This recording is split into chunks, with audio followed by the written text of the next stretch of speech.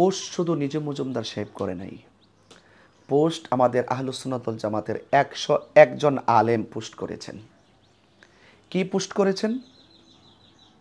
নিজম মজুমদার সাহেব যদি এই ক্ষেত্রে যদি আমার সপক্ষে যদি পোস্ট করে থাকেন, আমি নিজম মজুমদার সাহেবকে আমার অন্তঃস্থল থেকে ধন্যবাদ দিই। তিনি নবীর পক্ষে দাঁড়িয়েছেন।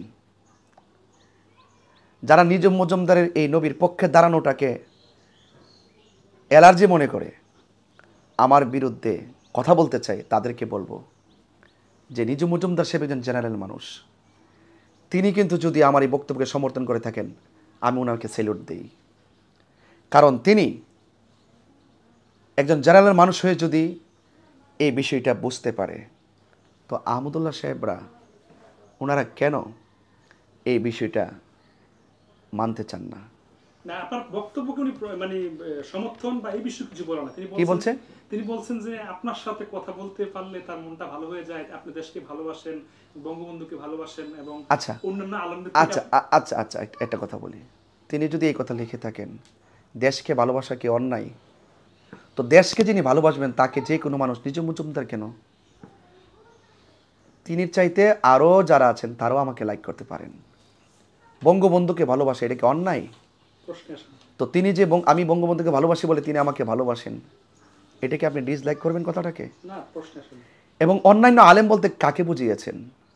অন্যান্য আলেম বলতে এই যে আহমদুল্লাহ সাহেবকে বুঝাইছেন হয়তো, যে আহমদুল্লাহ সাহেবরা বলেন যে 40 বছর নবী ছিল না, আমি তো সেই নবীর পক্ষে দাঁড়িয়েছি। তো সেই দৃষ্টিকোণ থেকে তিনি আমাকে ভালোবাসতেই পারেন। দেশকে ভালোবাসা, সম্প্রীতি নিয়ে কথা বলা, ধর্মের নামে উগ্রতার যারা ছড়ায় তাদের বিরুদ্ধে আমি কিন্তু অবস্থান নেই। ধর্ম আপনি ব্যবহার করেন, সুন্দর করে করেন। তো নিজম মজুমদার সাহেব যদি আমার সেই দেশ ভালোবাসাকে পছন্দ করে থাকেন, বঙ্গবন্ধুকে ভালোবাসাকে পছন্দ করে থাকেন এবং আমি নবীর পক্ষে কথা বলি, সেটার জন্য উনি ভালোবাসি থাকেন, তাহলে আপনিও জেনে রাখেন আমিও তাকে ভালোবাসলাম। কারণ দেশকে ভালোবাসা এটা কোনো অন্যায় নয়, এটা ভালো। ঠিক আছে? আরেকজন উলামা একরামের মধ্যে মানে একজন ওয়াজিন আবরাহুল হক আসিফ, তিনি আপনাকে হাত জোর করে অনুরোধ করেছেন বা অন্যান্য আলেমদেরকে বলেছেন যে এই সমস্ত বিষয়গুলো যেন মিটমাট হয়ে যায়, সকলের জন্য। ওনাকে আমি ধন্যবাদ জানাই, যিনি হাত জোর করে বলেছেন আলেমরা যেন এগুলো নিয়ে বাড়াবাড়ি না করে। আমি ধন্যবাদ জানাই। বাড়াবাড়িটা তো একজন ভুল করেছেন, আরেকজন ধরিয়ে দেওয়ার নাম বাড়াবাড়ি নয়। এবং একজন ভুল করেছেন, আরেকজন এই ভুলটা স্বীকার করার নামও বাড়াবাড়ি নয়। বাড়াবাড়ি হলো কারা? যারা এই সমস্ত ব্যাখ্যাগুলোর সঠিক ব্যাখ্যা না করে অপব্যাখ্যা করে পরিবেশকে ঘোলাটে করে গোলা পানিতে মাছ শিকার করার চেষ্টা করে তারা। আসিফকে আমি ধন্যবাদ জানাই এবং আমিও বলবো, দেখেন উলামায়ে কেরাম, আমি চাই যদি কেউ কোনো ভুল করে সেই ভুলটা স্বীকার করবে। আজকে যারা আহমদুল্লাহ সাহেবের পক্ষ নিয়ে মানে বিভিন্ন অপব্যাখ্যা করছেন, তারাই মূলত বাড়াবাড়ি করছেন। আসিফ সাহেবকে বলবো, আমাকেও সেই মেসেজ দিয়ে লাভ নাই, আহমদুল্লাহ সাহেবকে মেসেজটা দেন যে তাহিরি ভাই আপনার ভুলটা ধরেছে, আপনি এটা স্বীকার করুন। আর অন্যান্য যারা আহমদুল্লাহ সাহেবের এই বিভ্রান্তিকর বক্তব্যের পক্ষ নিয়েছেন তাদের কাছে হাত জোর করে বলেন যে আল্লাহর রাস্তা আপনারা চুপ থাকেন, আপনারা চুপ থাকেন, এটা তাদেরকে বলেন।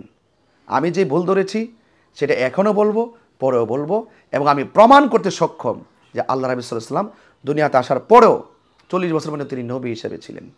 এমনিতে আপনি তো মামলারও আলটিমেটাম দিয়েছিলেন। জি, মানে আসলে আপনি চাচ্ছেনটা কি, রেজাল্টটা কি যাচ্ছেন? না, মামলার আলটিমেটাম দিয়েছিলাম। আমাদের যারা আজকে মামলার আলটিমেটাম নিয়ে কথা বলেন, একজন নবীর বিরুদ্ধে কথা বলেছেন, তিনারাও তো ওয়াজের মধ্যে বলে মাননীয় প্রধানমন্ত্রী সংসদে একটা আইন পাশ করুন, যারা নবীর বিরুদ্ধে কথা বলবে তাদেরকে মৃত্যুদণ্ড দিতে হবে।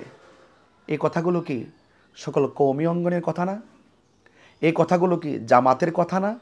এই কথাগুলো কি আহলে হাদিসদের কথা না? এই কথাগুলো আমাদেরও কথা।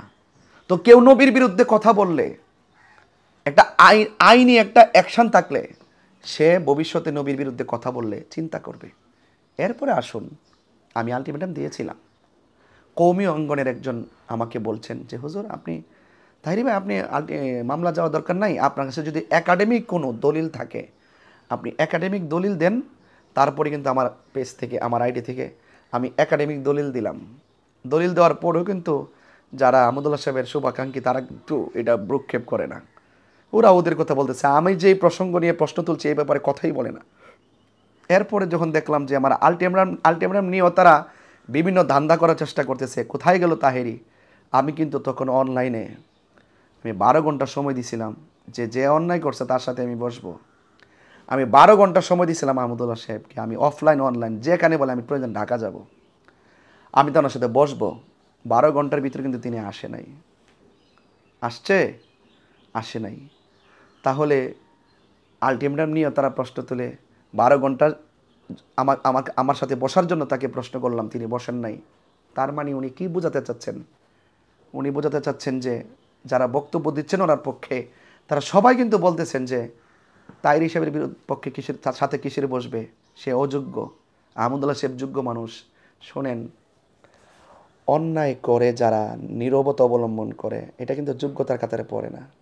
অন্যায় করে যারা সহজে স্বীকার করে তাদের সম্মান কিন্তু দ্বিগুণ বাড়ে। এই দালালগুলো কিন্তু আহমদুল্লাহ সাহেবকে ডুবাই দিতেছে। এখন কিন্তু তিনি টের পাবে না, টের পাবে আর কিছুদিন পরে। বরং ওনার পক্ষে বক্তব্য দিয়ে তারা ভাইরালের দান্দা করতেছে, ইউটিউবে ইনকাম করতেছে এবং ওনাকে পথে নামাই দিতেছে। ওনার একটা বক্তব্যের কারণে 3টা গ্রুপ হয়ে গেছে।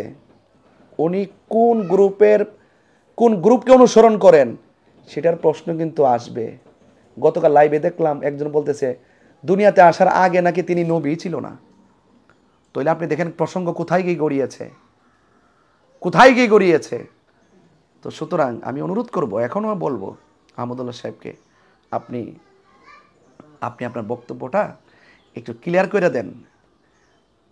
আপনি যদি সঠিক বক্তব্যটা দেন আমরা আপনার পক্ষে এই ব্যাপারে কথা বলবো, আপনাকে মাথায় তুলে নাচবো। কারণ আমাকে আদব শিখায়েন না কেউ। আমি সর্বগ্রহণার, যারা কথা বলেন আমার সাথে তারা আমার আদর্শ সম্পর্কে জানেন। আপনাদের সাথে আমার আকিদার সমস্যা, আমার কোনো ব্যক্তিগত সমস্যা না, এতটুকু বলতে পারি।